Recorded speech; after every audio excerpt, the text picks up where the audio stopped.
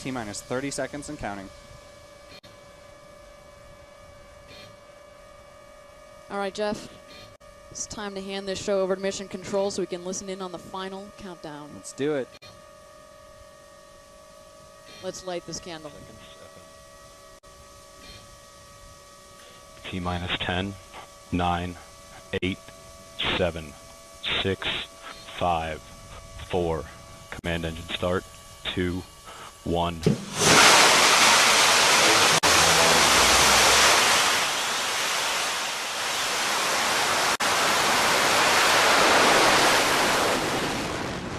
And S4 has cleared the tower.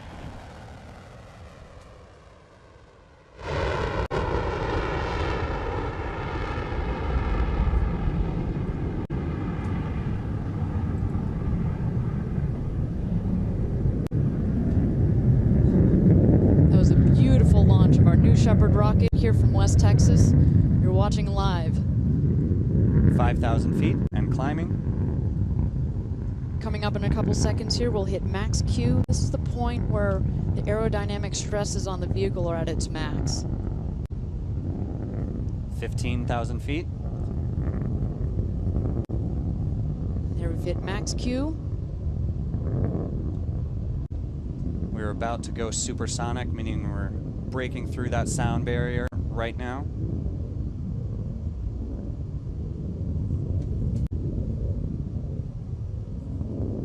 On the left-hand side, you can see that blue bar filling up. That's your altitude indicator. You can see we still have a long way to go to get to space.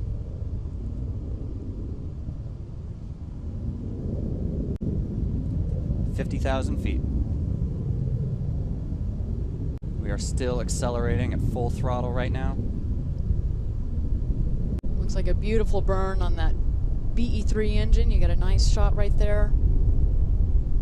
You don't see much of a plume with this engine, and that's because the propellants are liquid hydrogen and liquid oxygen.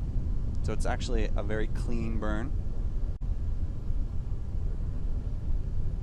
We've now passed Mach 2. 100,000 feet, about 30 seconds away from main engine cutoff, or MECO.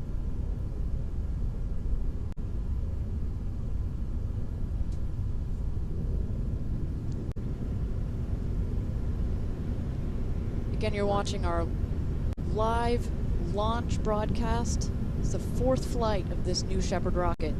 We're now at Mach 3, 150,000 feet. And there we go. We've hit MECO.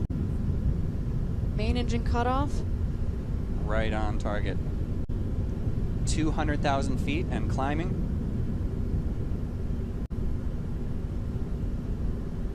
Separation should be coming up shortly.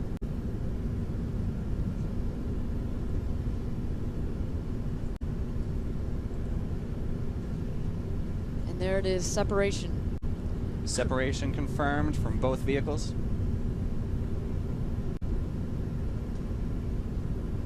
We're just under 3 minutes into this launch. So now they're cruising as 2 individual crafts. They're going to keep heading up towards apogee. You can start to see the 2 bodies right there in your view. The crew capsule is the one to the slight right, and the booster is on the left there.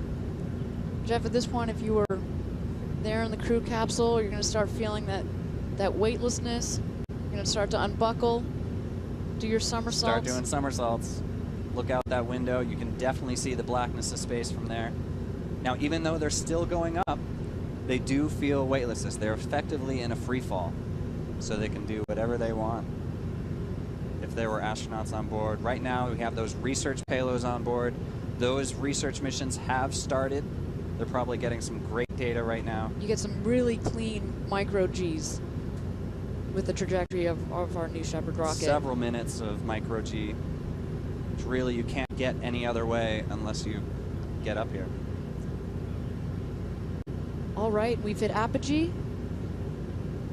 331,500 feet for the apogee. That's well over 100 kilometers over that Kármán line, over that internationally recognized line of space. Congratulations, New Shepard. You just took your 4th trip back into space for this rocket. Everything is looking great right now. At this point, That booster and the crew capsule are going to start descending. Yep, they're already on their way down. It's still a weightless environment, though. They have not really hit the atmosphere, so they can still do their experiments.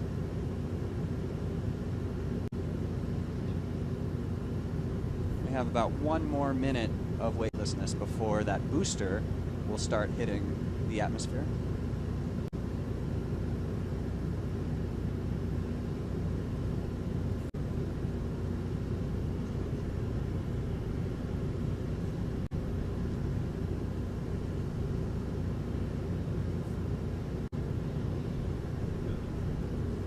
Booster's at 240,000 feet on its way down. You can see that speed indicator is really climbing up. It is definitely accelerating back towards the ground.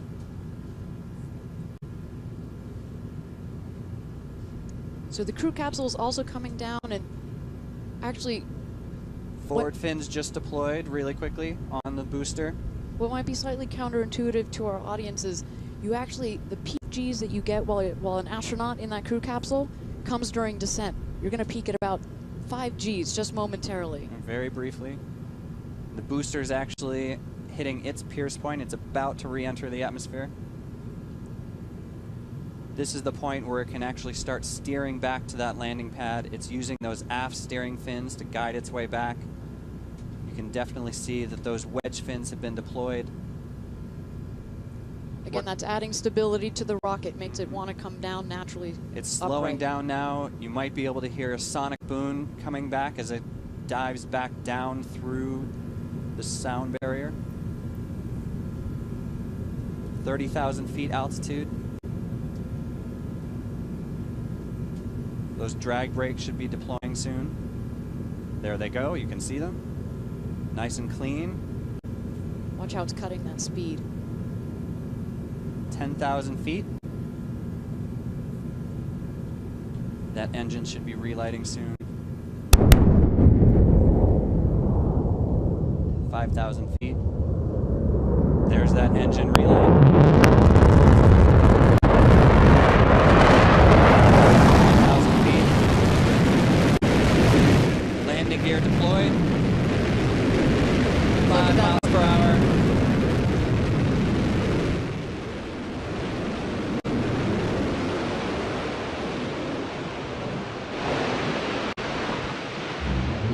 Another picture-perfect landing for New Shepard rocket booster.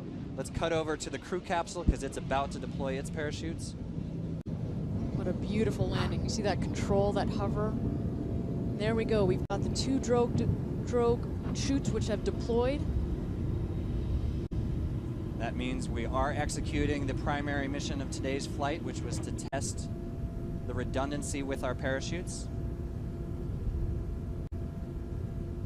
Next should be the mains. You see a little bit of oscillation there on the capsule, but that's to be expected. That will damp out. Yeah, that's not something to worry about.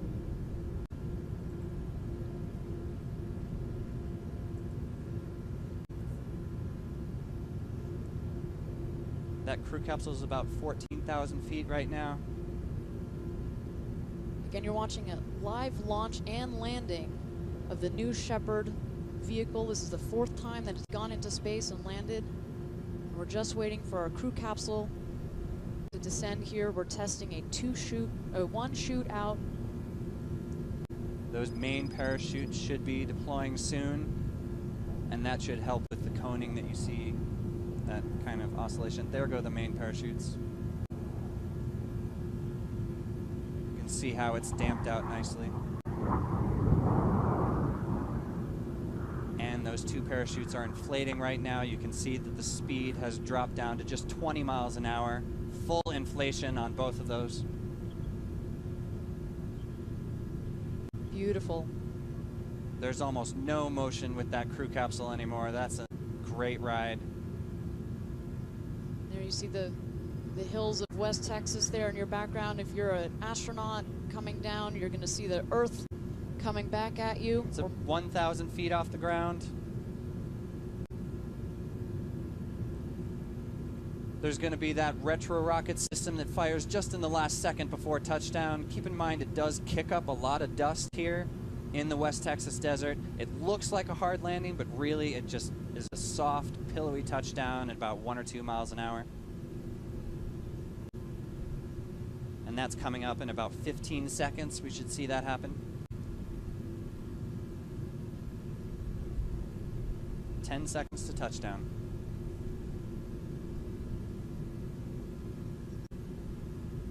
$100 feet. Touchdown. Wow. Beautiful. Picture perfect. That's exactly what we want. Oh, that was magic. Well, Jeff, what is next for the capsule and the booster here? Both vehicles are now going through their auto-safing sequences. This is an autonomous procedure to make those, both the booster and the capsule, safe for people approaching. There are recovery teams being sent to the capsule and as well to the booster to clear up those parachutes, pack them all up, and get both vehicles back in the barn so we can just fly it again.